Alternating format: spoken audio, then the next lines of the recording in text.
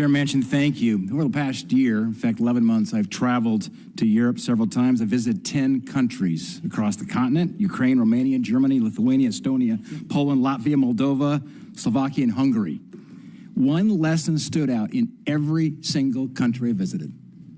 Energy security is national security.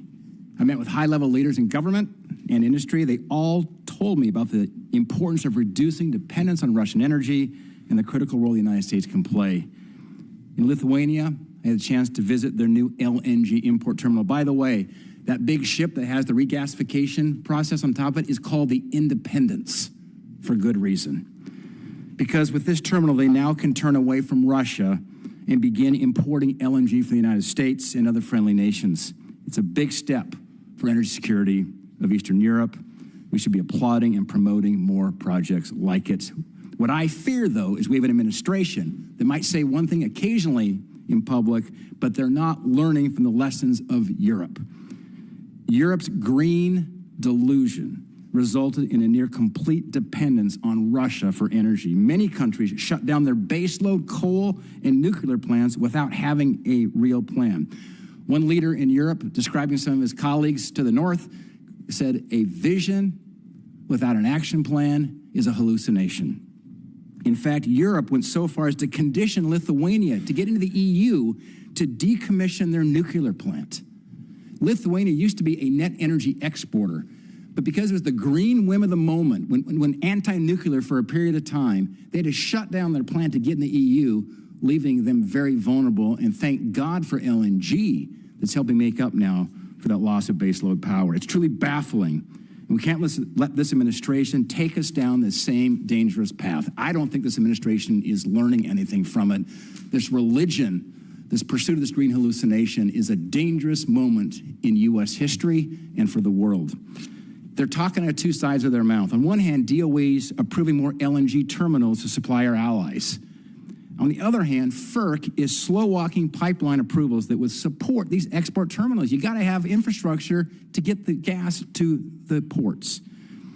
We take a step forward by banning Russian oil imports, but then the Department of Interior cancels lease sales, increases fees and taxes on small producers, stalls a plan for offshore oil, enacts regulations after regulation to close on domestic production, and of course, he shuts down the Keystone Pipeline in Montana, which was, besides being 1 million barrels a day of oil, is $80 million of tax revenues every year to impoverished counties across Montana. You have the President of the United States in a State of the Union speech. He ad-libs, and he says we only need oil for the next 10 years. It was a laughable moment. But even his own Energy Information Administration, the EIS, says, quote, petroleum and natural gas remain the most consumed source of energy in the United States through 2050. That's coming right out of a subset of the DOE. Dr. Light, what's the deal? Does this administration have a real plan to stop Putin's stranglehold on Europe, cut off his war chest that's funded by energy exports, or is this administration talking out of both sides of its mouth? Thank you very much for the question, Senator Daines. And I have to say personally, thank you very much for the travel that you've done in the region and the expressions of support of the American people to these countries who are on the front lines of everything. So we really do appreciate that. I do believe we have a plan. I think that we've seen it in action. We have seen an absolute surge in LNG exports to Europe, far more than we did in 2021. In 2022, this didn't happen by accident. It wasn't just purchasers in Europe deciding that they were going to turn to LNG out of desperation. There was a lot of concentrated efforts by this administration, including at a very critical moment when there was a price crunch and a supply crunch last year, persuading the Japanese and the Koreans to defray some of their LNG tanker shipments that they were getting there, instead to surge them to Europe where they were more needed. Yeah. So there is an effort here for cooperation that we're... But I'll say that, and I appreciate that, and I may interrupt, is that we just put the 100th judge on the bench here of the Biden administration. So while you talked about something that's it's necessary as an important step, it's not sufficient. When these far left ideological judges are being put on the bench here that interject themselves, stopping projects in the natural resource side of the equation, they're lifetime appointments. And until we fix this problem, which is a long-term problem, permitting reform is a very good thing, but we still run a very real risk right now through activist judicial leaders here who are driving an ideological agenda here, who are anti-conventional sources of energy. I want to move on to gas stoves. Europe's begging us for American energy. And now we've got the DOE throwing out all common sense, prohibiting 96% of existing gas stoves. Just when I thought it couldn't get more ridiculous, it did.